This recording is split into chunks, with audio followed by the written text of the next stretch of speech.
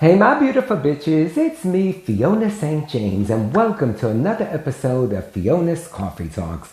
And as always, I like to start off every day with a fresh, hot, black cup of coffee. Hold the cream! Irish cream, that is. Anyway, guys, guess what? It's St. Patrick's Day, yay! Happy St. Patrick's Day to all of my Irish subscribers, and those of you who are not, but want to celebrate anyway, like me. So, first off, actually I need a sip of this. And no, there is no, it's not an Irish cream coffee. It's coffee black, but you know, hell. It is St. Patrick's Day, so I should have thought about that. Anywho, so my favorite St. Patrick's Day story.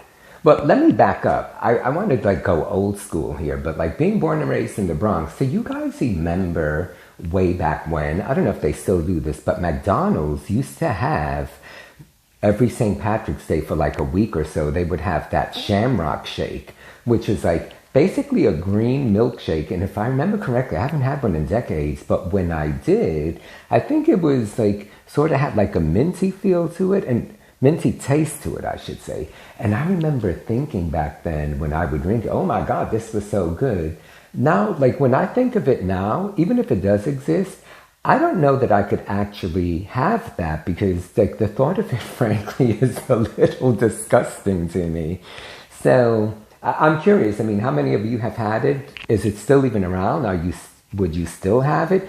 I don't think I would. You know, honey, at the ripe old age of 56, I've done shit, but I'm like, I've done that, so like I wouldn't do it now. But anyway. So I remember that from my childhood growing up in the Bronx.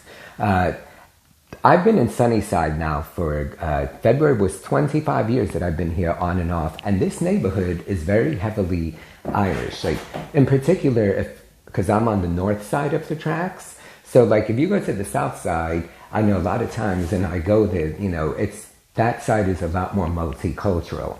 I go with them, you know, Hispanics, Middle Eastern, like any and everything. But the north side, the side that I'm on, like when I say heavily Irish, I mean like straight off the boat, the whole like heavy accent.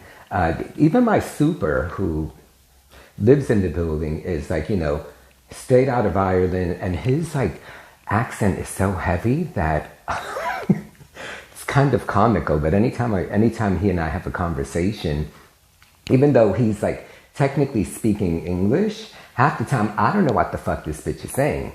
Plus like he drinks a little. Let me guess, Irish? So this bitch likes her beer. It's a guy, but you know me and my pronouns. But anytime he says something to me, I'm always like, and huh? And half the time I have to ask him to repeat it like more than once, like a second time, sometimes even a third time. And then usually by like the third time, I'm like, I feel bad that I don't know what the fuck this bitch is saying. And then I'm also a little embarrassed because I'm like, he is technically talking English. But I think also because half the time, like when I see him, you know, he would have just come from a bar or even if not, it's just a very heavy accent. So then half the time I'm just like, yeah. And I just like smile and nod and I like try to run away because I'm like, I don't even know what he just said. This bitch could be saying, hey, you crackhead. And I'm like, yeah, hey. But what I do love about this neighborhood is, apart from the fact that I love me some Irish people, Irish men in particular, there's like literally just about every corner, there's an Irish pub. So, and there's several in this neighborhood, but my favorite is about a block from where I live. It's called McGuinness. And I've been going there like since I moved here. I don't go there a lot. I haven't been there since the pandemic. I went there once and like sat outside and ordered like a burger and like a seltzer or something. Prior to that, I hadn't been there for about a year. But the first, 20 plus years that I was here, I pretty steadily once a year would go there. Maybe twice a year, but every 6 to 9 months. And it was always really kind of neat because, you know, it's a straight bar, it's a straight pub. It always seems like there were like not a lot of women there. It would always be just like all guys and they have like flat screen TVs everywhere. So, excuse me, it was the pub, but it was almost like a sports pub because they have like 10 different flat screens showing different sports, like, soccer games or like, football, tennis, whatever was happening at the time. And I would always love going there. The bartender there, his name is Kieran. But a friend of mine, Johnny Pie, hey Johnny Pie, when a couple of times that we went there together, he was like, Seamus. So I call him Seamus, even though that's not really his name, but it's all cute. I got nicknames for everyone. So anyway, I go there like once a year and I like hang out with like, the straight Irishmen. And I love that about this neighborhood because they're all really friendly. Now, I ain't the butchest thing on the planet, obviously. I mean, look at the shoes I'm wearing. So I guess like because they are straight, they didn't feel very threatened by me. And I didn't either.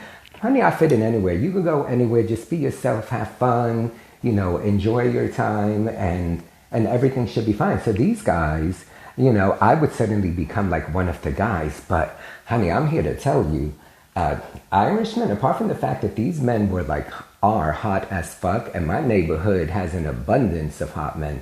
Sunnyside, it may not be Manhattan, it may not be Chelsea, but I'm always amazed, even these days when I walk around, I'm always like, oh Lord, where'd this bitch come from? There's some cute guys. And in particular, hot Irishmen. So at this pub, there's always all these hot men. And I'm here to tell you, honey, that pretty steadily, every time that I went there, the once a year, just about every time, I'd always pick one of them up. Now, you bitches know I ain't afraid of embracing my libido, and, straight men are my specialty. But these guys were I'm like, these bitches are wearing me out. And, they talk about, I don't know if you guys have heard this, but there's that term Irish curse, which, for those of you who don't know what that is, that's this myth or, stereotypes exist because of a reason, but the Irish curse is when they refer to Irishmen that are not very big down there, that, that's the curse, is that they're small. Well, bitch, I'm here to tell you the Irishmen that I have been with, in particular the ones that I have picked up at that bar or that I've just met in my neighborhood walking around, are far from cursed. Them bitches are blessed. They should call it Irish blessed. They've been blessed. Excuse me, and I've been really lucky that I've met them. So every year, once a year, I'd be like, oh, it's been about a year. Let me go to McGinnis. And pretty much every single time that I would go there, that would happen. And then, they'd buy me drinks. I carry on. Some of them even, little nose candy. Girl thinking I'm in Studio 54 or something. But one time in particular, I'll never forget, probably about 15 years ago or so. It was the only time that I ever went there where it was all Irishmen. There wasn't a single woman to be found. And then there was me, and obviously I'm not Irish. And there was another Hispanic man. And I was like, whoa, where'd this bitch come from?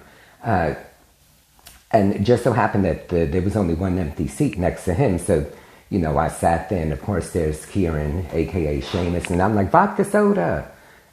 And then this Spanish guy just started talking to me, and he was hot as shit, honey. And turns out he was a construction worker. Built, nice body, beautiful face. According to him, his name was Coco. Which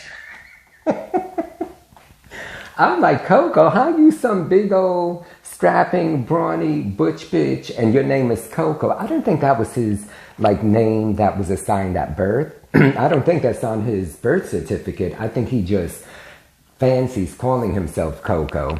I don't know. All I know is that bitch had had him some nose candy. So, and I was like, I live right on the corner because it's literally a block away from here.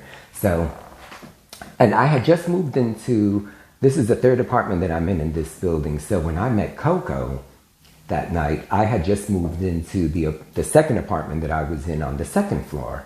And it had been completely renovated, beautifully done. My landlord, gutted it, even let me pick the colors. It was stunning. Although I do like this apartment a little better.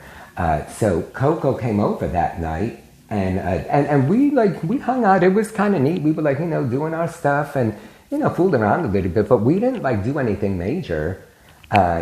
And then all of a sudden, like, we proceeded to hang out like a few more times after that. And then for whatever reason, my landlord, when he did the kitchen, he didn't put a backsplash. So Coco, who was a construction worker, he was like, oh, you should have a backsplash. And I was like, well, yeah, bitch, but I don't. So he was like, let me give you a backsplash. And I was like, oh, okay. So lo and behold, like, in the next couple of times that he came to visit, bitch came over, even let me pick the tiles, showed me pictures. Which one do you want? And like literally like backsplashed my entire kitchen and made it look beautiful. And of course, like, didn't charge me or anything, you know. Well, shit, he shouldn't. I ain't charging his ass, so you shouldn't charge me either. Just saying. So, but it was interesting because that was the only time that I went there that I was like, wow, there's someone in here that's not Irish other than me. And lo and behold, I went and, you know, hooked up with him too. And I was like, oh, first time I'm like hooking up with someone from this bar that ain't Irish. So, anywho, that's my Irish story. He didn't have the Irish curse either, I don't mind telling you. He had the Latino blessed. As I like to call that. So I miss McGinnis. You know what? Now that like bars are open again, I was walking by there the other day, and I mean I walk by there all the time, but I walked by and I looked inside, and there were people inside because now you can go inside. It's not very big though. It's like kind of small and kind of narrow. So I kind of like peeked in the windows to see like how many people were actually in there. I don't know, I forget what percentage we're up to, 50 or 35, whatever, but it seemed like when I looked in there, I was like, it was a little hard to tell, but I was like, oh, I think it's more people than I would feel comfortable being around at this point. You know, but I'm sure I'll go back in there at some point. I just, you know, these days I'm not drinking really anyway, so I was like, oh. Anywho, on that note, I'm so glad you guys are here. I hope everyone has a wonderful St. Patrick's Day. You guys tell me, does anyone have like a fun like Irish pub story where, you know, or maybe you have a local pub that you go to in your neighborhood? I love this neighborhood and I love me a pub. I mean, I love everyone, but in particular, if you're gonna go to a pub, I love me an Irish pub because those gents are a lot of fun and they are just friendly and beautiful, and, you know, maybe I should go. It is St. Patrick's Day. I want to go tonight? Nah. You know what? I'll go eventually, but this is my celebration with you guys. So, all right. Thanks for tuning in. Thanks for subscribing. If you haven't already subscribed, make sure you do. Give me a thumbs up if you like what I had to say. And stay safe and healthy. And I look forward to seeing everyone again soon. Look, I got me my little shamrock. Are we lit up yet? I'm not, but this is. All right. Bye, guys. Love you.